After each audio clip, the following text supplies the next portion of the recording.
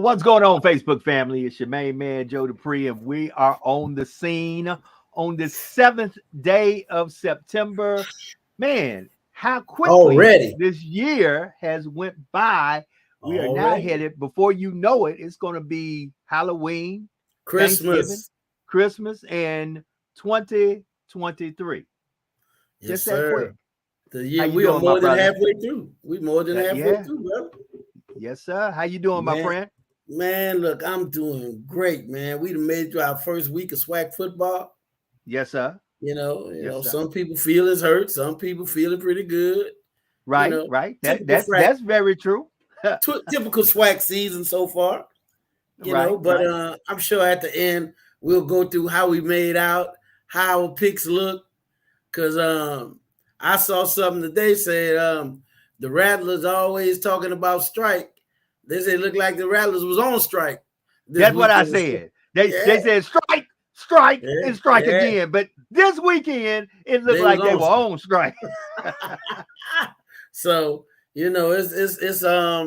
it's interesting thus far. But man, I'm glad to be here and I'm feeling good and looking good. So hey, let's get into this, Now man. I received some tragic news, and I'm Okay. gonna have to go back and get that news and get clarity on it. Mhm. But once again, because this weekend at the Southern University on the Bluff. And unfortunately, because of the bad weather and everything, I really wanted to run into my brother and see my brother, but I Yeah, didn't get the yeah, chance. It was a yeah. horrible weather. However, the game was horrible for FMU, Florida Absolutely. Memorial, because they got dealt a death blow from Southern University as it was 86-0. And during halftime, we gave a great dedication and celebration of Absolutely. life of the young lady who was the cheerleader for Southern and gave her life. But I got news today that someone at Jackson State yesterday, and I'm gonna while you do your thing, I'm gonna be looking Yeah. it up, and we're gonna definitely talk about that. But listen, family, it's okay not to be okay. That's why we do Yes. this.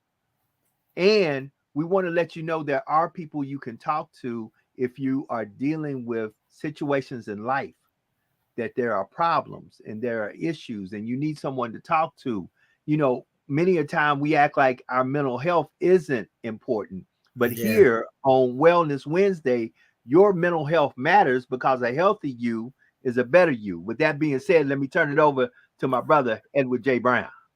We always come every Wellness Wednesday and we try to pick some topic that we believe is profound and that we can use to make things just a little bit better in your life, to make you a little better you. And today I had a discussion with a young brother.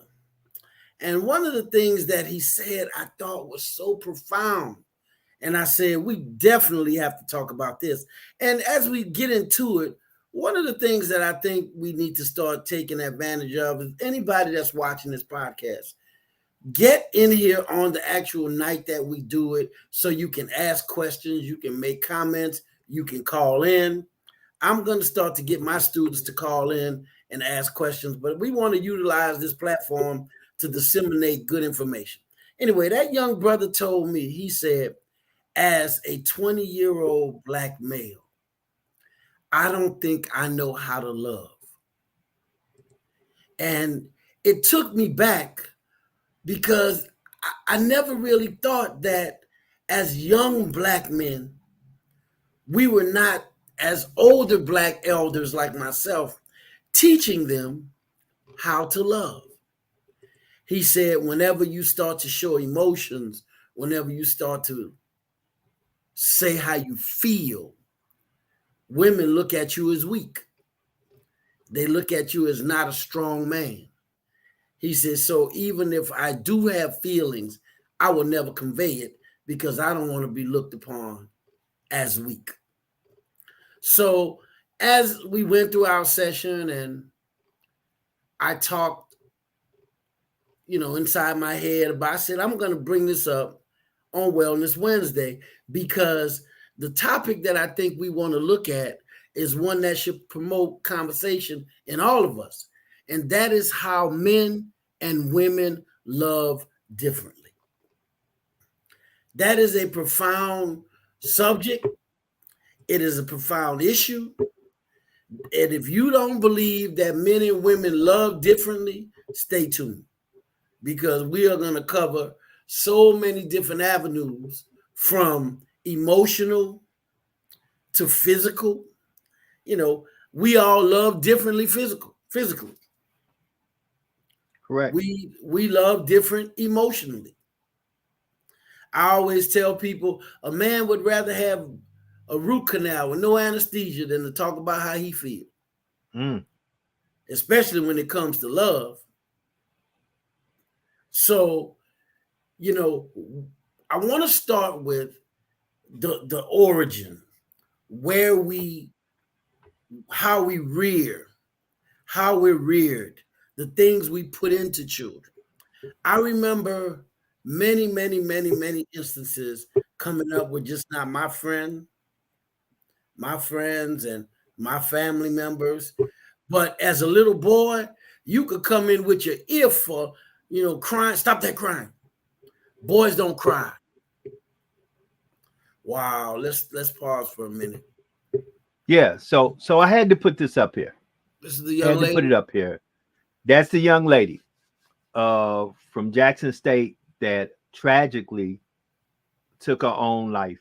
Family, listen, and let me just put it up there clear. Her name was Miss Raven Jackson. Let us hold up our friends and families that are in Jackson, Mississippi, and folks that are friends of her, family members, people who knew her. It's okay not to be okay. And family, too tragically, just much too tragically, we have folk that we can't explain why. Because if you read what the young lady posted in tribute to Miss Jackson, it says, I don't know why she would do this, because she had everything going for her. So just understand, because it looks a certain way on the outside doesn't mean there's not something going on the inside. Correct. And who made that statement? The young lady, Miss White, who posted the post. Oh, okay. Her name is Raven Jackson, Miss Raven Jackson. So, y'all hold up our fellow HBCU brothers and sisters at Jackson State. Of course, they've been dealing with a lot with the water situation. Yeah. I know we ourselves here in Southern Scent Water. I know here from where the city I live in, my Masonic organization, along with some other organizations, which were law enforcement, and Tanya Bowden Ball, who is a great advocate here in our city and within the state, sent supplies and water to Jackson, Mississippi. So let's just keep them uplifted in Jackson. It's really heartbreaking that we're losing the future. And when people don't understand what I say, what I mean when I say that, this young lady was a young jewel. We have no idea what she could have been. We have no idea where she would have ended up.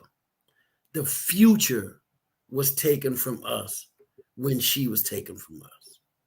So at this very moment, from Positive Choices to this young lady's family and friends, we send our deepest condolences.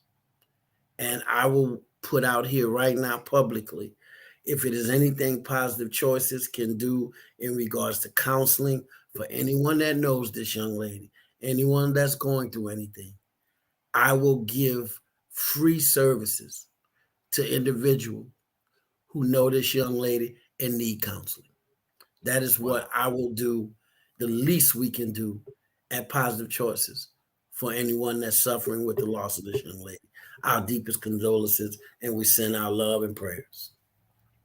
We definitely do. Once again, Miss Raven Jackson, I'll probably share this post with folks, and because folks, we've got to do better.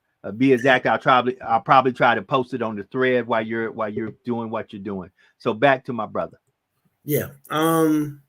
It kind of takes away, from me when I see things like that, but trying to get back to where what I was talking about. As we're reared as men, we are not encouraged. We are not, pushed to share how we feel. Now, there may be some people watching this that said, "Oh, I encourage my son to say what he feel and to get in touch with his emotions." Then to you, I say kudos. And you may do that, but I'm more than sure the environment, friends, his generation does not. So what we have to do is for those who encourage expression of feelings, love, and emotion within men, I encourage you to continue to do so, because it is nothing like seeing a man that is in touch with his emotions share how he feels. It is a beautiful and it's a passionate thing, but not often enough is that supported. And when we look at a young lady like this, there's men that walk around, and as a result of not being encouraged to share their feelings, they will not get counseling. They will not go in and trust someone with their most intimate feelings and thoughts. So they keep it to themselves, and it builds up. Now, not to be sitting here and in any way, shape, or form being sexist, but we're being honest in this discussion. Women are more encouraged to talk about feelings. We always say women are driven by emotions, men are driven by ego. So we have to get to the point where we start, just like we talk about on Wellness Wednesdays, we encourage people to reach out and get help when you need help, because it's okay not to be okay. We encourage the people to reach out. We have to encourage men and young ladies to be comfortable with the expression of their feelings. I've had people that I've sat down with that were suicidal. And I have no hesitation sharing it on this podcast. The thing that is the common factor in all of these cases, once we get through the crisis stage, is they would say, I did not feel anyone cared. I did not feel anyone would understand. And what we have a tendency to say is, I don't understand. Help me understand. Help me understand from your perspective. Help me to get a glimpse of what you're feeling. And the fact that you care enough to talk about what they're feeling is all that they really want, to just be seen, to be heard, for the pain to stop. We can use basic common sense. If there is a cut, a wound, the first thing you should do is treat it. Correct. Give it attention. Be it clean it, wash it, sanitize it, sterilize it. You must give it attention. When we see young gifts like we just lost, from Southern University and now Jackson State, there was pain and there was hurt that was not being addressed. We have to continue to get to the point where we encourage expression, open expression. For me to meet with a 20-year-old and that brother say, I don't think I know how to love because I don't feel it's safe. That concerns me as a mental health professional. Amen. It concerns me because that means that young brother is internalizing how he feels about a particular person or something. Correct. We've seen movies where, and just situations, be it situational comedies or whatever, where the young boy, dad is pushing him to be a basketball player and a football player. And all that kid want to do is dance. I want to dance. Do you understand that when you suppress feelings, that they manifest themselves in other ways? Right. That's true. Be it Very true. ulcers, migraines, violence and aggression, suicidal ideations. We have to get to the point where we create a dialogue between us, the elders, and I'm calling myself an elder, and the younger generation. And by no means do I take shots at them, but I speak from experience. I speak from knowledge. They do not have the coping skills that we have to deal with today's life stressors. They do not have the coping skills. That's why some of them take the way out that they use, which is suicide. Correct. And I just to let everybody know, in the actual stream, I posted the story. I posted the link. The link. You can copy and paste it. And once again, our hearts go out. I'm gonna put her back up because our hearts just go out. Raven Jackson, Jackson State, JSU. The young lady committed suicide. And family, if you know somebody who is going through anything just because they look a certain way or you think they got it going on, let me tell you something. The look of a situation connotates absolutely nothing to the mental health of a situation. Yeah.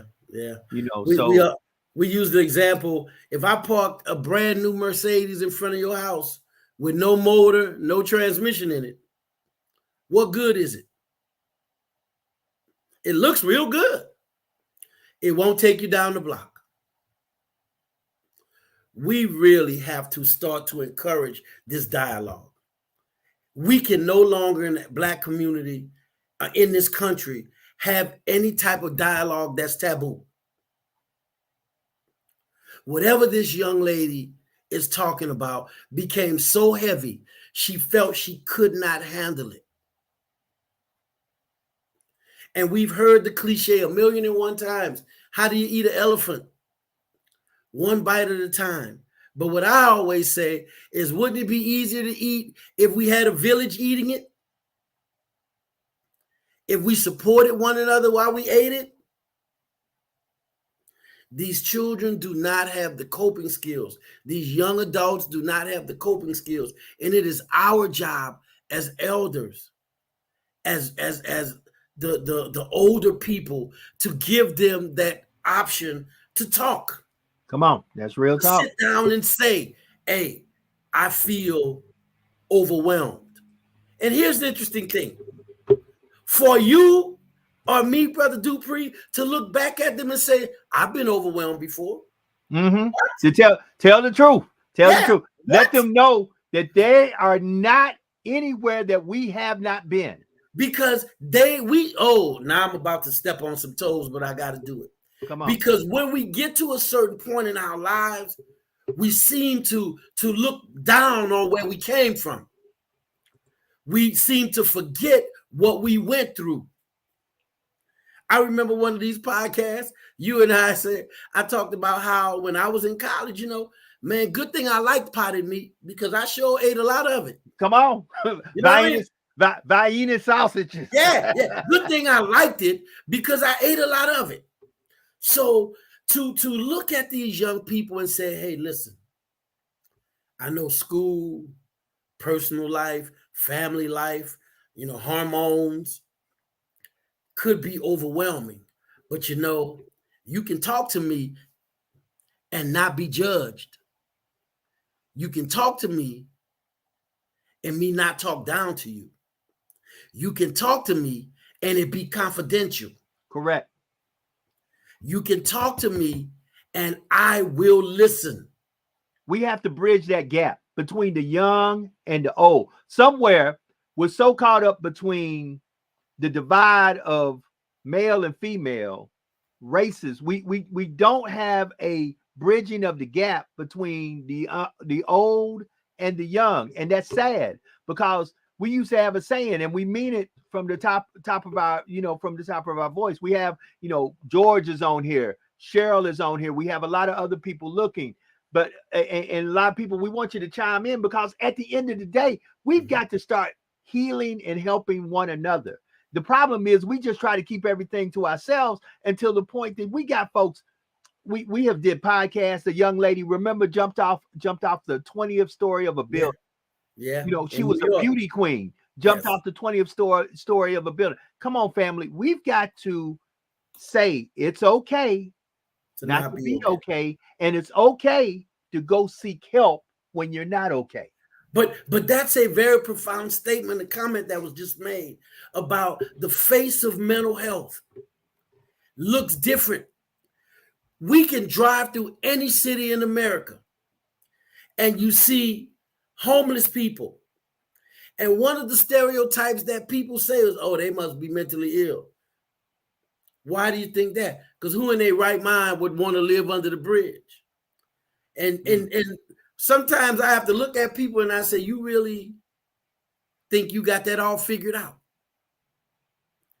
And then to actually go and interact with people who are homeless under the interstates like I've done before and realize these people were professionals. Some of them were school teachers. Some of them did well in school.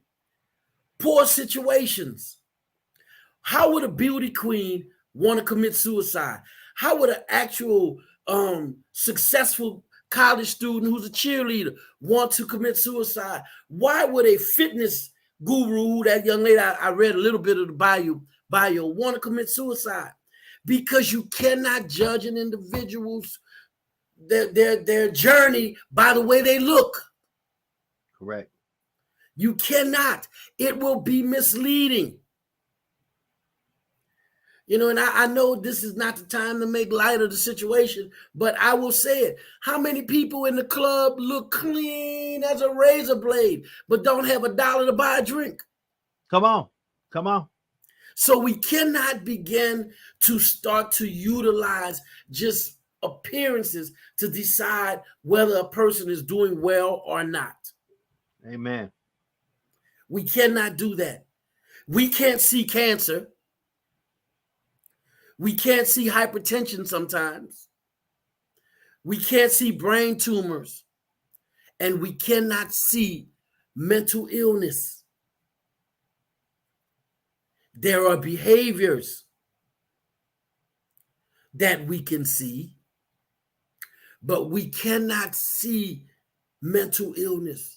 It is something that you have to speak and get out and interact with mental health professionals to truly get the appropriate help for whatever it may be that's a burden in your life. We have to stop looking at people. I look at one of the best comedic minds that was out there. Just committed suicide several years ago. Robin Williams. Okay.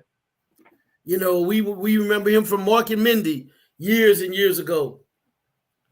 Who would have thought he was always laughing? He was always cracking jokes. Correct. Anthony Bourdain had the dream job. His job was to travel the world and tell you about it. And eat.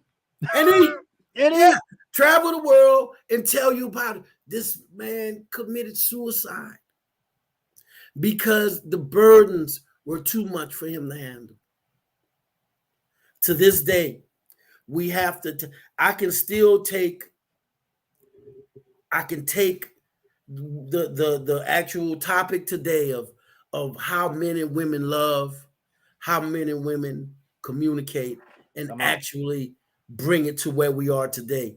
How we as humans cope and don't cope. Come on. We have an issue within our human genetic makeup that is flawed. We have embarrassment because we're not perfect. Mm.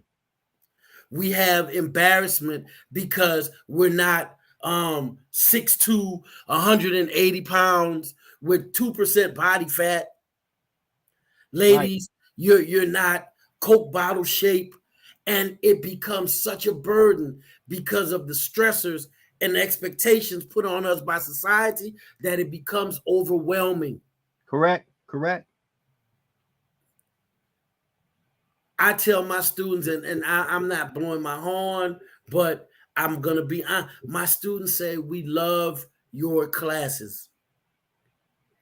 Your classes is what we thought college was going to be like, where there's an exchange. There is actual dialogue. There's actual relevancy to the things we discuss. I tell my students, I read the textbook so that I can convert it into something I know you can utilize. I challenge all of us that's watching this to take our life experiences and put it in a format that when you give it to a young person, they can utilize it. My grandfather, my mentor, I always tell the story and people laugh at me. I was in college and money was tight. And I was blessed to have a car, but I needed brakes.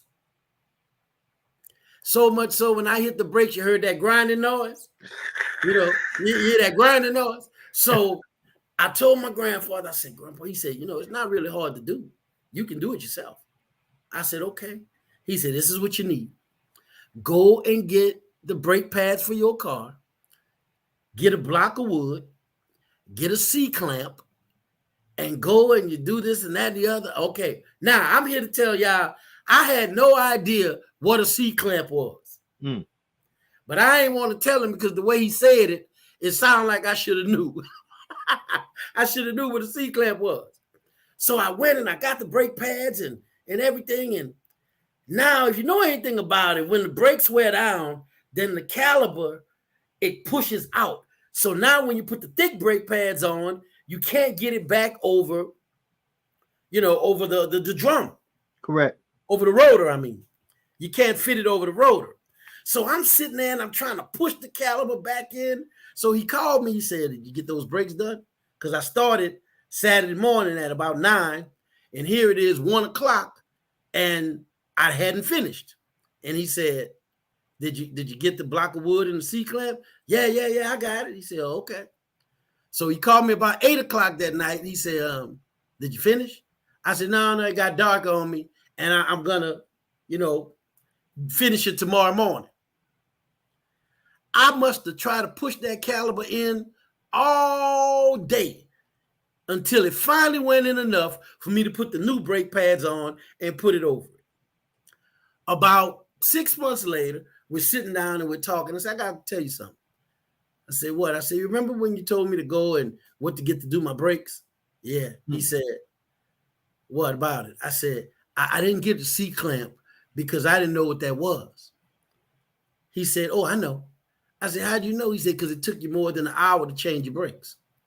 He said, if you had that C-clamp, you would have done it in 30 minutes, if that long.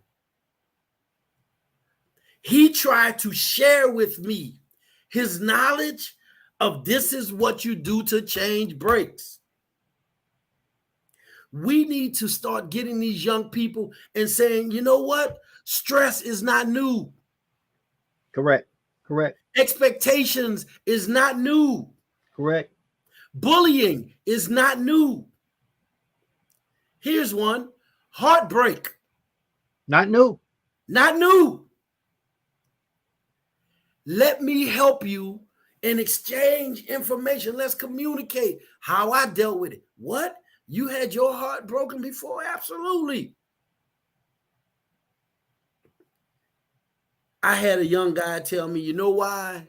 Now, I think all of the people who are over the age of 25 or 30 should listen to what I'm about to say. I had a young brother when I first started out as a therapist tell me, you want to know why we don't listen to y'all, doc? And I was like, I would love to know why y'all don't listen to us. You know what he said? Talk to me. we don't believe y'all really know what the hell y'all talking about. We do not believe you know what you're talking about. As an elder. As an elder. He said, y'all always talk about the good old days this and the good old days that, and y'all don't know what y'all talking about. And I was like, wow. So hold on, my brother. This would be a good place. And I just posted it up there because I had somebody ask for your contact information. Mm-hmm. So if you want to get in contact with this good brother right here, here's what you need to do. You need to go to positivechoicescounseling.org. It's there on the screen. He has different location. He also does telemed. He has counselors on site. If you know somebody or yourself need any type of counseling service, and he does the sliding scale, he takes all insurances. To be exact, just get with them and find out what they can do to help you. Because I'm telling you, if a brother going to help you, it's going to be that brother right there. That brother there, he going to help you. So this is my part of the show where I really need to tell people we're halfway in. positivechoicescounseling.org. Listen, it's okay to not be okay. To be okay. And understand this. We say this is Wellness Wednesday. A healthy you is a better you, and your mental health matters. So listen, start going to get, just like when you get a headache, you go get aspirin. When you get sick, you go see the doctor. If you have something, you need to see somebody to help you with your mental health. We have to normalize mental health treatment the same way we do optometrists, or dentists, or dermatologists. But we put this stigma on mental health services that absolutely does not go. I cannot stress it when I travel and I do lectures and when I talk to people, they say, what do you think is the problem with mental health services today? I say that we don't have enough of it. That we need to put mental health services in Walmart. We need to make people feel comfortable saying, hey man, you a specialist? Yeah. And that's what people don't realize. Mental health professionals should be, because some of these folks are popping up, and make sure your therapist is trained and that they're knowledgeable. They come in here and I'm like, we are specialists in what we do.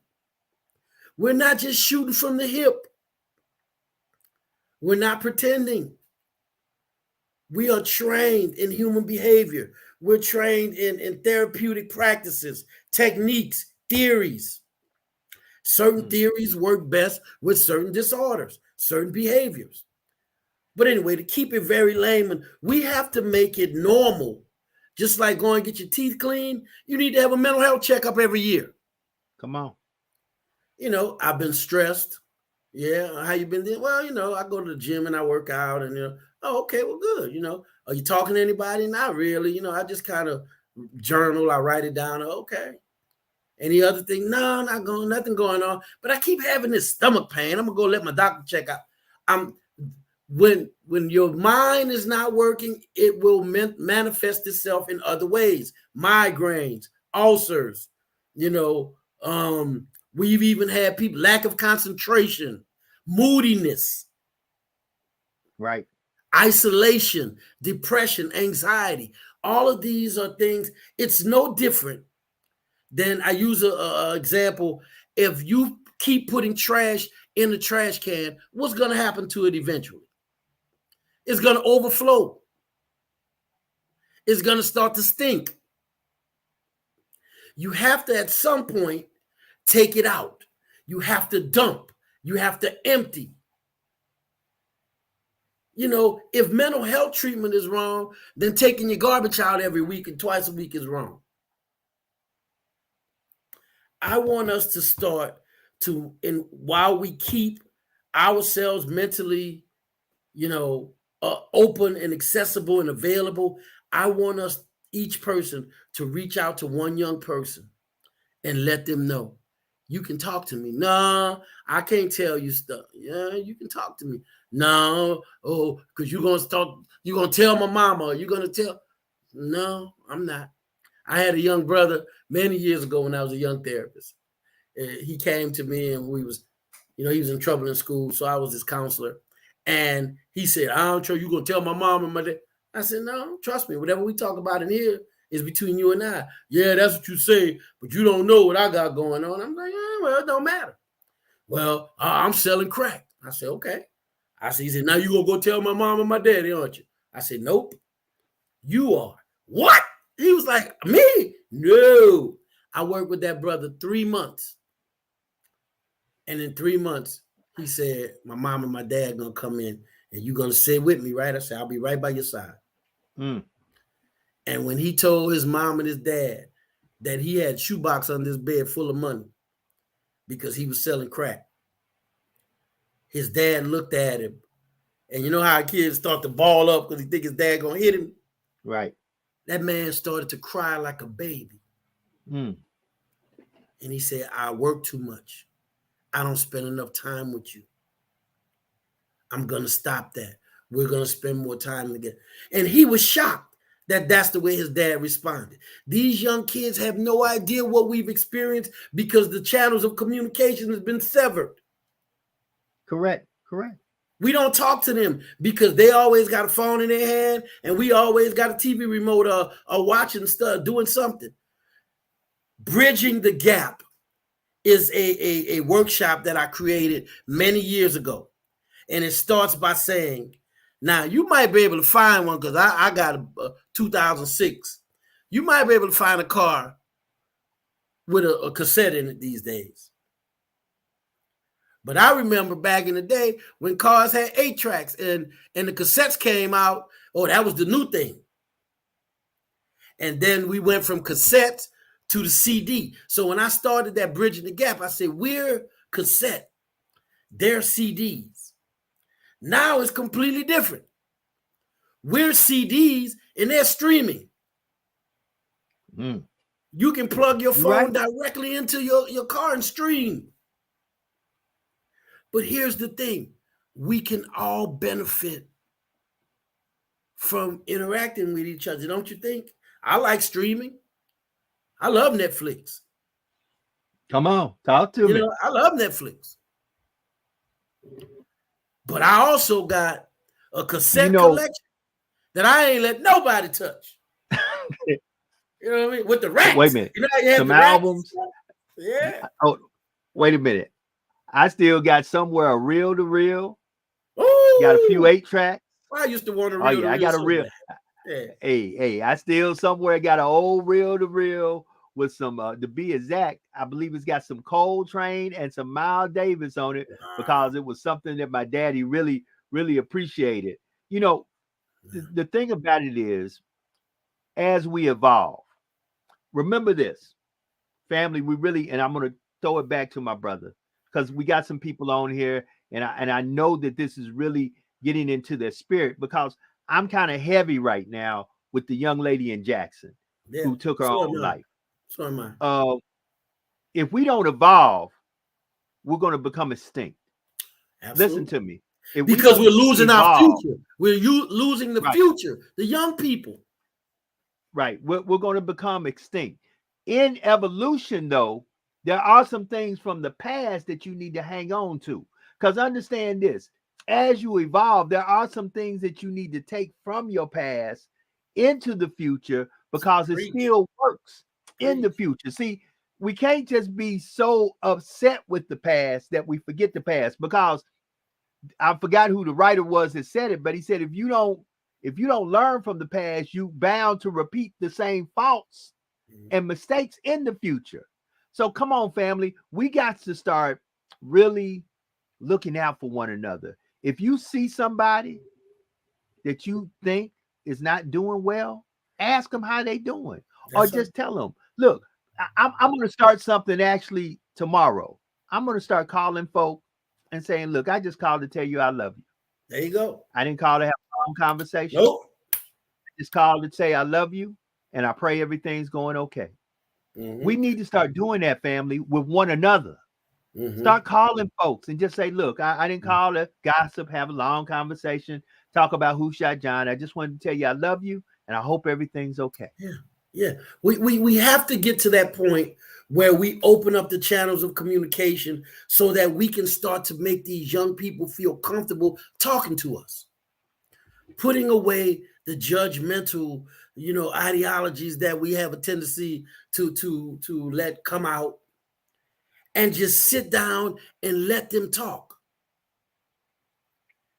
and let them know, I wasn't born with this gray beard and this bald head. Yeah, I had hair. And my beard was nice and black. What you are going to go through, I've been through. Would you like to know how I handled it? But to think that just because times are different, situations are different. We said earlier in this, bullying is not new. You dealt with it two ways. You either fought or you ran. And if you ran, you was going to keep running. But now they fight, they run, or you commit suicide. Or you shoot up the school. We have to get to the point where it's okay. And it's so strange. I look at my two grandsons, and one is 5, he's 6, and the other one is 10. And when we get together, it's like they never shut up. We talk about everything. And some of the stuff make no sense to me, and they laugh at me when I'm making silly faces and noise, but we communicate. The tablets are down, and we play and we talk. I challenge everyone to at least take one young person and say, hey, man, you all right? You okay? Let's talk. So that we can get to the point where we can identify when they're not doing well, because it's not going to look like typical mental health. Correct. You're not going to see, critical flashing across their heads.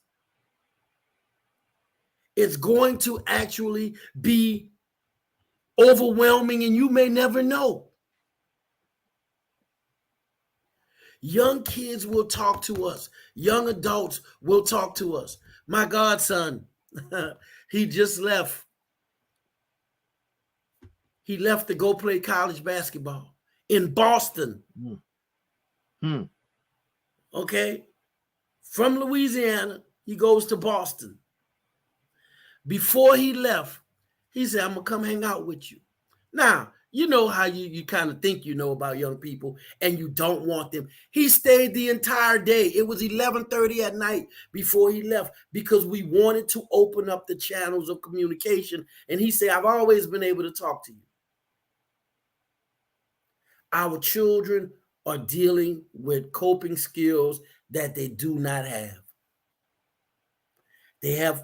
They don't have the coping skills to deal with the stressors of everyday life. Right. I want to be popular. I want to be successful. I don't want to struggle and deal with life problems, and I want to have money. And when they don't get that, they don't always have the coping skills. And we have to go, they call them the lost generation. You know what I've always said? We got to go find out where they're lost and get them. We have to go back and get them. Behavior is not something that, we can't alter, we can't change, we can't impact.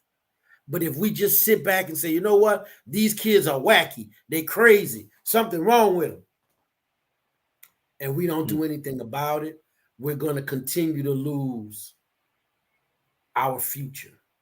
Correct. That young lady could have been God knows what. We could have possibly lost the cure to cancer with her. We don't know, because we lost the possibilities. I sit here and I get overwhelmed It is. when I think about that, especially coming from the game at Southern this weekend and seeing all of these cheerleaders and seeing the tribute that the Jaguars did to her at halftime, and just think about how many of those, what I think they said, 4,000 to 6,000 students in the student section that's struggling right now. Correct. And nobody wants to be seen going into the counseling center. Oh my God. If you receive the wrath of ridicule. I mean, you got to look at this, man. Speaking of this past weekend, now we're going into another weekend, and let me show you the stress that is put on young folk, or folk, period. Just folk, period. Think about this. If I was a student athlete that played on the football team at LSU, this past weekend was very stressful because the game they lost against Florida State. Yeah. A lot of folks said, well, why are these people taking down their LSU stuff from their social media? Some of the people just don't want to see the negativity. You got to understand, I just went through a class about social media, and it was funny that the guy said, you just don't know the pressure that's being put on people now through social media, because some things that when we were growing up was not exposed are instantly exposed now. Instantly. Not just exposed, but exposed to hundreds of thousands of people. Yeah, all over the world. Right, right. Folk can run into you. I have literally now between doing this podcast, doing the Jaguar football show, being on ESPN, doing other podcasts, I literally run into people I don't know, never seen them a day in my life. And they say, man, I saw you on YouTube. I saw you on Facebook Live. I saw your podcast. I saw this. Man, I want to tell you something. And they sit down and talk to you like they've known you all their life. Now, you have to be courteous, and I'm not trying, I've never been ugly. I'm always a people person. Hey, man, talk to me. The craziest thing is, and like I said, we have to continue to have communication with one another and ask the question, are you okay? Are you okay? Yeah. And be okay with saying, no, I'm not, man. Right. What's wrong, man? You want to talk? That's what no, I'm not. Okay, you want to talk? Yeah. What's going on? That part. And it's really, I know I'm just one person, but I do my part. And I get a little overwhelmed sometimes when I'm emotionally overwhelmed, because my friends, my brothers, they don't hesitate to call me if they need me. And we will chop it up, and they was like, we know you're not going to say, oh, man, what's wrong with you, man? Come on, man, let's go. Don't worry about that, fool. I'm like, that's how you feel, man. It's okay to say that, to get it out. Because I understand I have been low in my life. I've been up in my life.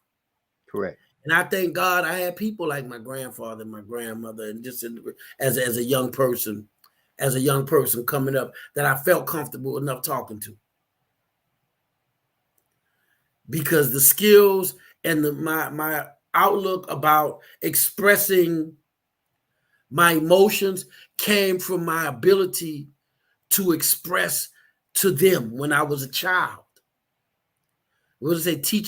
Teach a child a way to go, and they will not depart. Correct. I was encouraged by my grandfather and my to say what you feel. Tell me. Now within reason, we couldn't be disrespectful. With respect.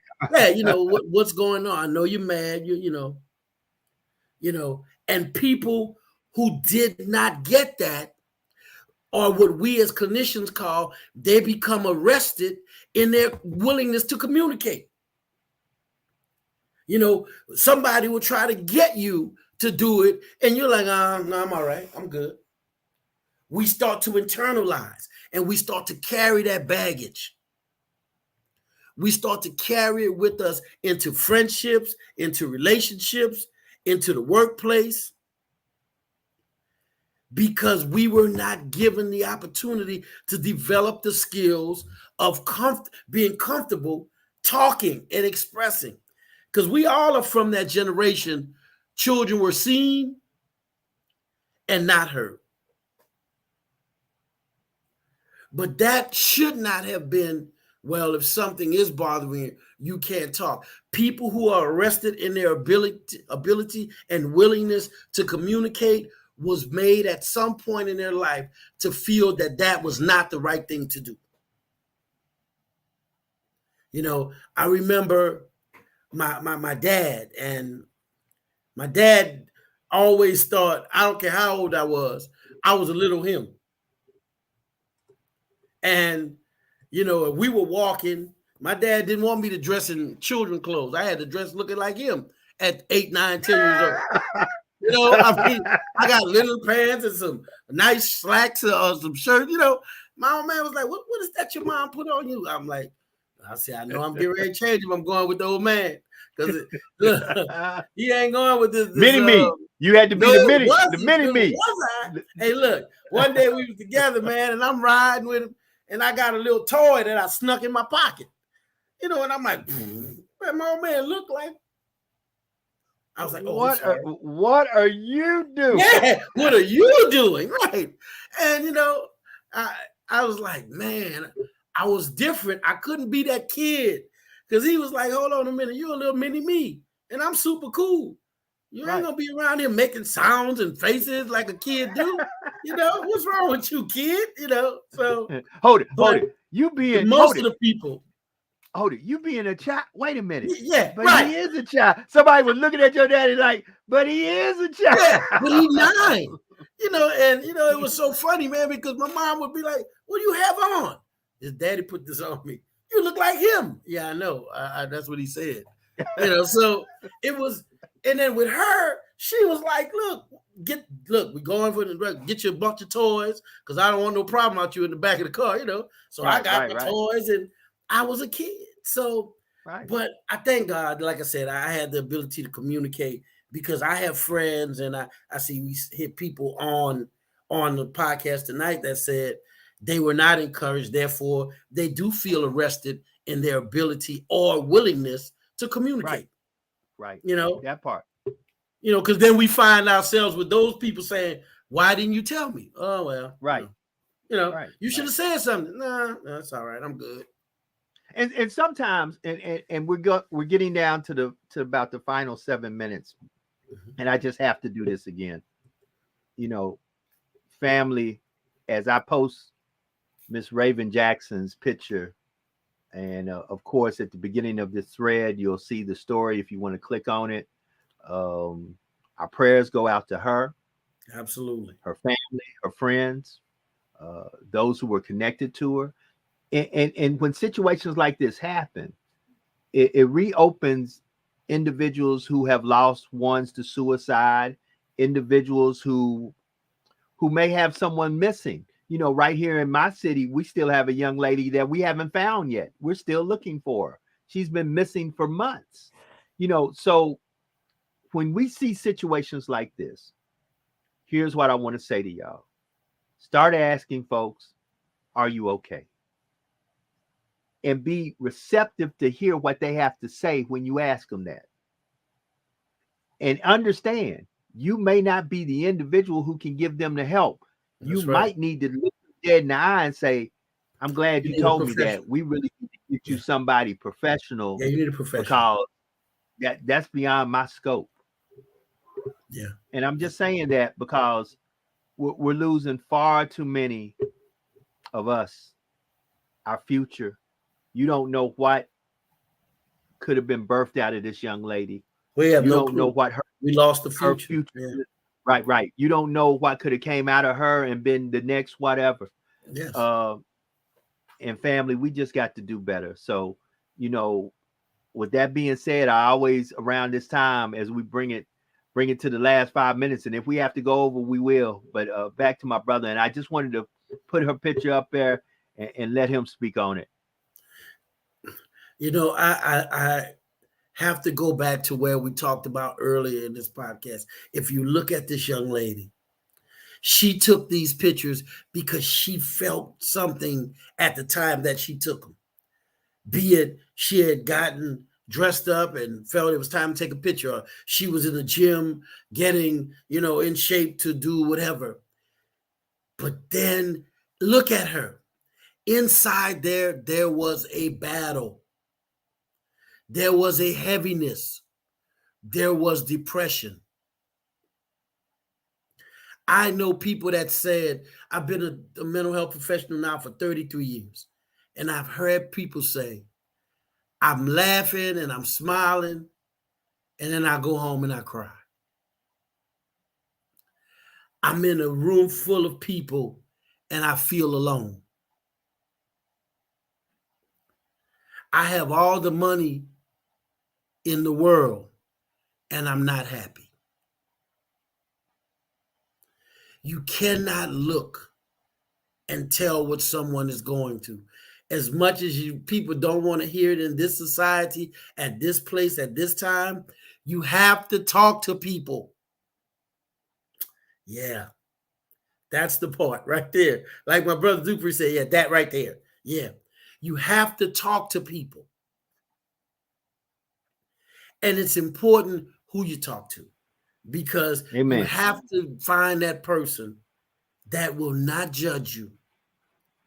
And here's the best part, that will listen. That person that will listen. I hate, when Leah was little, she would always say, what does you'll be all right mean? Because I would say, you're gonna be all right. You'll be okay. And I wanted her to know that whatever you were going through, you were gonna get through it. Number one, you never had to go through it alone. Right. So I look at depression feeds on isolation. Come on. People need to understand that depression feeds on isolation. It takes you away from anything that could help you, anything that can make you feel better. One of the things that people say about depression, the first thing you do is you stop doing things that you like to do. Can you imagine that? You're not doing things that you like to do. And you find these judgmental people that'll tell you, oh, you better get out there and just start doing what you like to do. Shake that off and get out there and go ahead. And I always say, do you think if it was that easy, depression would not be one of the largest diagnosed mental illness categories that we have? Depression and anxiety. You cannot just shake it off. Just go ahead on and do what you used to do. What? That's why we need professionals. You need professional help. My thing is, I want everybody that's watching tonight, find that person. And I always tell people, they say, what's the most important part in choosing a therapist? And I say, it's really simple. And they say, what? That you like your therapist. If you don't like your therapist, you're not going to be willing to go. You're not going to be inclined to engage in the therapeutic process. It's okay to keep trying to find a therapist that you like, but there's a difference between not liking your therapist and not liking what your therapist said. I didn't like my coach when my coach told me, hey, man, you got to stop eating them cookies. I don't like him. That part. Yeah, he was a good coach, but he said something I didn't like. So as we start to close out this, I'm going to say this today. It starts with me. I'm not pushing anybody up to the front of the line. I'm going to step up to the front of the line. I'm going to find a group of people and I'm going to let them know, if you need to talk, you can talk to me. My students at Alcorn, they feel comfortable, catching me after class, letting me know what's going on with them.